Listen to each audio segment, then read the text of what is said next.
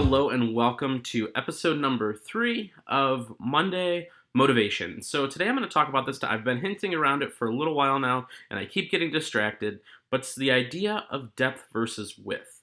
So when we're looking at so much of our life can be tied back to this idea of going wide or going deep. And there's many quotes out there that kind of sum this up, but it's something that to me, it's taken a very long time, 28 years, to kind of figure out, this idea of width versus depth. So, I want to talk to my midlife crisis, I guess I would call it. And for me, I'm a connector of sorts. I am what I would consider, connected to very different very many people in all different industries, and it's my goal to connect A to B. If you want to get something done, I got a guy. That's just how I've always worked, and I've spread myself super, super thin, and I don't really have deep relationships with these people, but I have a bunch of relationships with them. So one thing that I notice is, with being wide, I don't have a lot of really close friendships. And, I struggle with that because I look at myself as someone that is outgoing, that's always looking to make friends.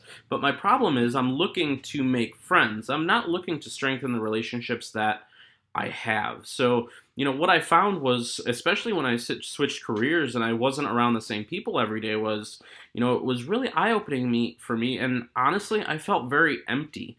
I felt like I didn't have any friends. I had nobody to talk to. My relationships were very, very weak. And then I realized what the problem was I never took the time. I was too busy making more friends than I was strengthening the relationships that I have. And honestly, I think it's a generational thing in that, as millennials, we're, qualifying ourselves with the number of followers that we have and the number of likes that we get. And it's only a one piece of data. And I don't feel like we as young leaders look at deeper data. We don't look at true relationships. We don't look at, the quality of followers, if you will. We're only looking at the quantity. So for me, what I've really, really tried to focus on is, and that's one aspect of this idea of width versus depth, is just my personal relationships. Now, another part of this is this idea of the things that I'm doing. So my personality lends itself to someone who doesn't know why I can't develop an iPhone app while I am making a margarita while jumping out of an airplane at the same time. I want to do it all. And that's something that I've really tried to tame back, which is funny because I'm podcasting, but I refocus myself on goals that I've had my entire life. I've wanted to podcast. I've tried a couple times and I failed. I'm looking for some way to fill that void once I'm no longer shooting weddings and seniors, and that's kind of what this is. But I want to focus on this. The happiest times in my life that I can remember were times when I was creating content. I was in a totally different vertical before. Some of you may know I was in the education vertical, and I think back to when I was at Fireland Schools and when I was at Huron City Schools, and I was writing blog posts, I was helping people, and I found that that's when I was the happiest. That's when I found the most success. That's where I found, the more opportunities when I had my head down and I was creating content to help people. And that's what this is. Between this, with the YouTube videos, the blog that I started, I'm refocusing on that. And I'm bringing you guys along this journey. This is a 2-part journey. This is a professional leadership journey. When I'm having these conversations with myself, I'm also having them with you, because if you might be having those same conversations, and I want you to know that it's normal. At least for me, it's a small sample, but it happened to me as well. I had that emptiness inside where I was struggling with not having friends, people to call, because I was in my last career, I was so focused on the work and I was so focused on, doing a good job and the stress that came along with that. I really didn't take time to meet friends, and I also was just trying to do too much. I was shooting weddings and photo booth and seniors and still trying to create YouTube videos and, trying to keep my relationship with my wife strong. And all of those things freaking failed because I was focusing on the width and not the depth. So that's what I'm focusing more on. there is a book that I want to call to your attention. It is The One Thing, and I'll link in the description or in the show notes. It's a book called The One Thing. It was a book that my boss was reading shortly before I left my previous company, and it's one that is a really good book. If you want to find that focus, you want to find that one thing that you want to focus on, that's something that can definitely help you.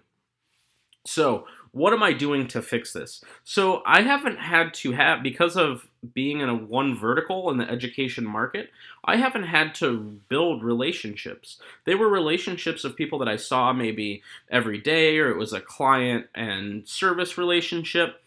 I need to focus on creating lasting relationships, because in this vertical, nobody knows who TJ Houston is. I don't have any experience. I've only been in this vertical for 3 months. So I need to build those relationships. So in my last video, I talked about a book, How to Win Friends and Influence People. That's a book that I'm reading. I am trying to reteach myself how I can rekindle any old relationships and then also make new ones. I'm also, in that book, Dale Carnegie talks a lot about the name, and someone's name is the most important thing they have. And we hear it all too often, oh, I'm terrible with names. For me, I can't have that. That is something that I'm focusing on so much, that I can remember the names of the people that I meet. And it is no longer an excuse for me to say, oh, I'm not good with names. No, that is something that I'm 100% focusing on. I'm focusing on how I can remember those people, even if it's coming up with little names. For example, 2 weeks ago in Cincinnati, I met a gentleman named Nick. He worked for Nikon, so it was Nikon Nick. And then I also tied it to somebody that I grew up, had the name Nick, and I'm just doing this in my head, and I'm processing this. I'm repeating his name back to him when I talk to him, because I want to remember him.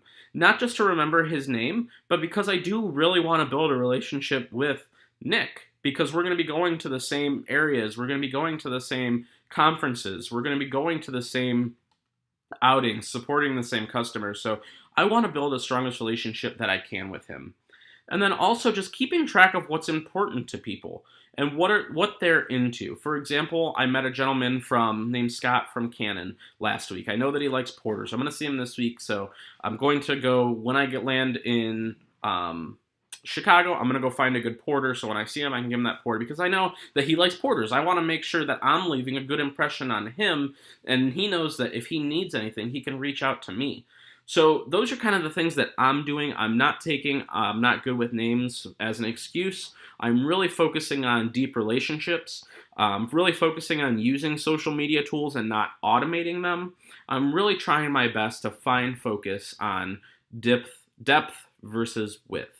I hope this helps you. This is a journey for me in my leadership journey, in my personal, kind of self-help, if you will, journey. So this is two prongs. So lighting and my photography career is one part of this, and then my personal life, my relationship, my leadership management, self-help, that's a whole nother side of this. So that's where this blog is kind of coming together, and it's where I'm finding a home online. If you have any questions or ideas for this podcast, please feel free to reach out to me, TJ@tjhouston.com, and I hope that you guys have an awesome week. Thank you.